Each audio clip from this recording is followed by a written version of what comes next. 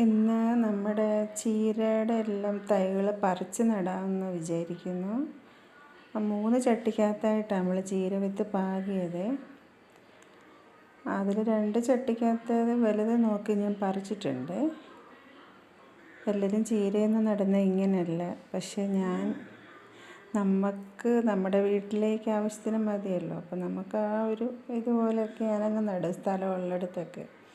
ഇത് നല്ല വെയിലുള്ള സ്ഥലമാണ്. നമ്മുടെ പച്ചക്കറിയുടെ ഇടയ്ക്കൂടെയൊക്കെ വെള്ളം ഒഴുകിക്കൊണ്ടിരിക്കുന്ന സ്ഥലം, അപ്പോൾ എപ്പോഴും നനവുണ്ടാവും.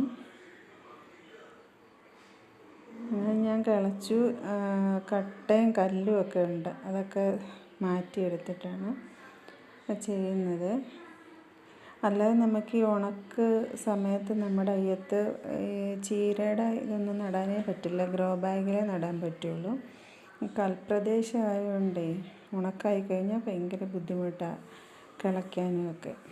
ഇപ്പോൾ ഇവിടെ ഇപ്പം വെള്ളം ഒഴുകിക്കൊണ്ടിരിക്കുന്നതായതുകൊണ്ടാണ് ഞാൻ അവിടെ നിന്ന് തടം പോലെ എടുത്തിട്ട്, തടമല്ലല്ലോ, നീളത്തിൽ കിളച്ചിട്ട് നമുക്ക് ചീര നടാമെന്ന് വിചാരിച്ചു.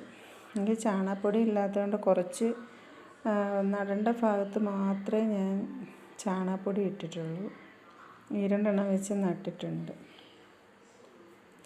ഇനി അടുത്ത എല്ലാം 2-3 ദിവസത്തിനകത്തെല്ലാം പറിച്ച് നടണം. ഇനി ഗ്രോ ബാഗിലോട്ട് വേണം നടാനായിട്ട്. താഴെ ഇനി സ്ഥലമില്ല, നമുക്ക് മണ്ണല്ല ഉള്ളത്, തറഞ്ഞ കല്ല് പ്രദേശമാണ്. അപ്പോൾ ഇതിത്രയും താഴെ നട്ടു. പിന്നെ നമ്മുടെ വീടിൻ്റെ ഇറമ്പിക്ക് കുറച്ച് മണ്ണിൻ്റെ സ്ഥലമുണ്ട്, അവിടെയും കൂടെ നടണം.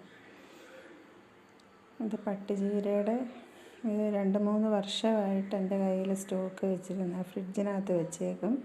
എന്നിട്ട് ഈ സമയമൊക്കെ ആകുമ്പോൾ എടുത്തിട്ട് കിളിപ്പിച്ചിങ്ങനെ നടും. നമ്മുടെ ആവശ്യത്തിന് മാത്രമേ ഉള്ളൂ, ഒരുപാടുണ്ടെങ്കിൽ അയലത്തൊക്കെ കൊടുക്കും.